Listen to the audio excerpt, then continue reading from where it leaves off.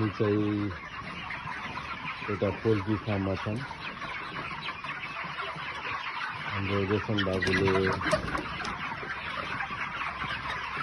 दाना दिँदै हुनुहुन्छ। चाहिँ कुखुराको हेल्थमा असर पर्छ भनेर हामीले सबैजना कुखुरालाई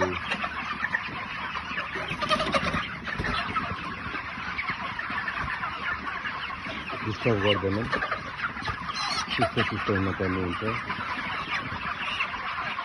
यहाँ चाहिँ कुखुरालाई दिने दाना दिने सिस्टम देख्न सक्नुहुन्छ। यो एउटा भाँडो हो, भाँडोमा दाना खनाइन्छ अनि तल अलिकति धेरै भाग हुन्छ, फुलेको भाग हुन्छ, त्यसबाट दाना झर्छ। माथि दाना हामीले झोरिहाल्छौँ।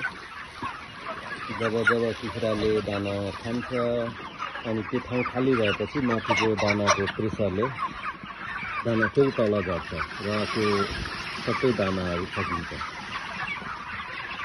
कुखुराहरू अहिले खान व्यस्त छन्, कोही खाएर एकदम आनन्दले रमाइरहेछन्, सुतेछन्। रियली 10% होला, 10-20। यहाँ चाहिँ हाम्रो सायद 1000वटा कुखुरा छ। एउटामा 10, 1, 2, 3, 4, 5, 6, 7, 8, 9, 10, 11। एकचोटिमा 20%ले चाहिँ खाना सायद खान्छन् होला। सबै हेल्दी कुखुरा हेर्न सक्नुहुन्छ। धेरै कम अनहेल्दी छन्। अनहेल्दीलाई हटाएर अर्को ठाउँमा राखिन्छ। र यो पानीको सिस्टम पनि भनिहालौँ। र यो फार्ममा सायद 2टा सेडहरू छन्। अर्को सेडमा पानीको अटोमेटिक सप्लाई गर्ने व्यवस्था छ, तर यहाँ चाहिँ पानी यसरी हालिन्छ। यो बाल्टीलाई घटाइन्छ, तल डिस्पेन्सर हुन्छ र तल त्यहाँ चाहिँ 5-6वटा आउटलेट हुन्छ। त्यो तलको डिस्पेन्सरमा जब पानी उनीहरूले खान्छन्, खाएपछि पानीको लेभल घट्ने बित्तिकै त्यो दुलोबाट हावा जान्छ अनि माथिको पानी फेरि तल झर्छ।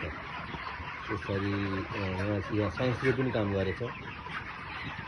ग्राभिटेसनल फोर्स र एयरको प्रेसरले चाहिँ काम गरिरहेछ। एकैचोटि उनीहरू शान्त हुन्छन्, एकैचोटि हिँड्छन्। खाना खान व्यस्त सबै। यो बाहिरको चाहिँ सिम, काउलीफ्लावर, सुन्तलाहरू छ। यो चाहिँ हाम्रो दाना भइहाल्यो। र यो बिजनेस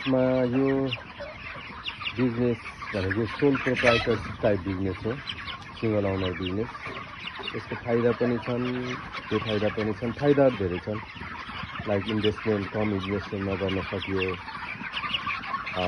काम गर्न फ्रिडम हुनुभयो, काम गर्न यो चाहिँ उसमा पाल्न चाहिँ मोटिभेसन पनि हुनुभयो। किनकि जब यो कुखुराको नाफा हुन्छ, नाफा त धेरैले बाँध्नु पर्दैन, अनरले मात्रै बाँध्ने हो।